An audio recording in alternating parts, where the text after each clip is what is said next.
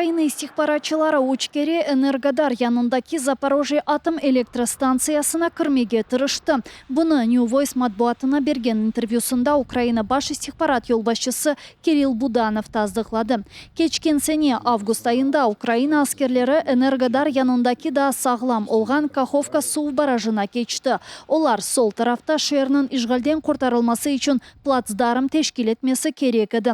Операция вақтында руслар Запорожье атом электростанциясына өзінің энергосистеміне бағламаға ниетлене еді. Операцияда иштирак еткен аскерлерінің комутаны қайд еткеніне көре артиллеристик дестектің етерлі олмағаны үшін Украина махсус истихбаратчылары душман басқысы алтында кері чекілмек мejburiyetinde қалдылар. Невбетеке эки операцияға yüzlerce аскерлеріні желп еттілер. Хусусан четел легион аскерлері де қошылды. Üçüncü кырыш керчеклештірілгенінде ноқталарда сақланып оламадылар. Işgalciler ялыларға ағыр техниканы кетірді. Буданов операцияларда хаталар олғаныны қабул етті. Ама бұларға бақмадан işgalciler Запорожье атом электрик станциясыны ойледі өзінің энергетик системіне бағламаға жесірет етемеді. Також енергодарська операція відіграла ще одну роль. Вона дала практичні навички для всіх – від командного складу до бійців, як діяти на воді. Цей досвід дуже добре зараз застосовується і використовується, наприклад, під час висадки у Криму.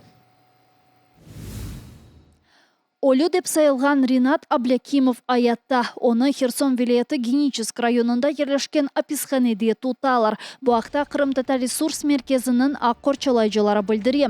Ерлі сакенлерінің сөзлеріне таянарақ анда білдіргенлеріне көре işgalciler Ринат Аблякимовны экстремизмде қабатламаға ниетлене. Оны Қырым қамачауында иштирак еткенінде шеклейлер. Аққорчалайжыларының қайд еткеніне көре бұл доғыру дегелдір. Арабат бұрнында ерлешкен Шесливцеве қасабасы Қырым татары Ринат Аблякимовның жойылғаны ақта хаберлер август айының сонында пейда олған еді. О вақыт Сиваш көлі етеклерінде пошетке саралған бір адамның жеседі тапылды.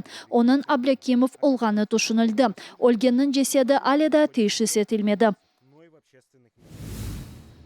Türkiye muvaffakiyetli bir şekilde o'zining kamikadze qayığının dengey gerçekleştirdi. Albatros S-69 metrini teşkil etken qayıqni batırdı. Defense Express Arbi matbuatının bildirgenine göre nişan gemisinden çevre chetni qorchalamak için episi yakıcılarını çıkarttılar. Aselsan müessesesinin işlep çıkargan qayığını Bayraktar TB2 takip etti. Bunun beraber ucum hareketlerini 8 Albatros S gemisinden işlep baktılar. Defense Экспресс мутехассызларының білдіргеніне көре, бұл түрк камикадзе лейхаларындан екене ішке кірсетіліп, муафақиетлі деңейлер керчеклештірген лейха олды. Qaydetmeli ki Albatros S Türkiye Müdafaa tesislerinin işlep çıkargan yekene ekipajsız gemisi degil. Bu sene ötkerilgen İDEF sergisinde Türk Müdafaa Müessesesi Meteksan Ulakkama adlı özünün deniz kamikadzesini takdim etti.